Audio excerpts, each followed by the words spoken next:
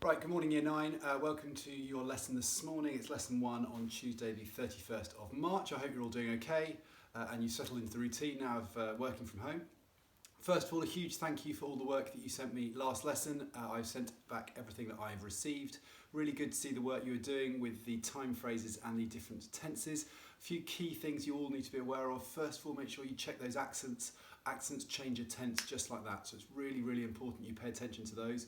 Even if you're typing it up, you can still insert those accents.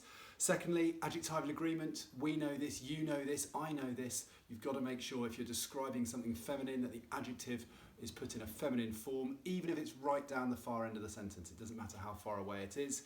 And lastly, it's really important that you make sure that those tenses match those time expressions. There were a few examples of people saying, today I will go to the shop. I know that can make sense, but you want to try and make sure you really highlight the future tense with a future time expression. So today's lesson, we're going to look at the present continuous. It's a tense that we very rarely use, but we've met it when we looked at the photo cards when we were doing our speaking exams last term. We're going to look at that in some detail, look at how to form it, and you're going to have some practice of creating some sentences around it. There's also an exercise from the textbook that you'll do after your starter that looks at picking out both present tense and present continuous and the past tense. So the present continuous is used quite rarely because it says what I am doing. So I am talking to you.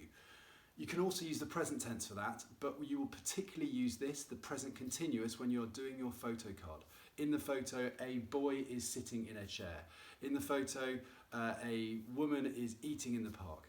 So it's really important you are able to practice this and able to recognise it because it could turn up in listening and reading texts. So we're going to have a go at practicing it, practicing forming it, and there are some translations I'm going to get you to do from Spanish into English. When you are doing these, please use those reading strategies, CCCG, cognate, context, common sense, and last of all, just have a guess. It's really important you practice these informed guesses so those skills develop over your time through Year 9.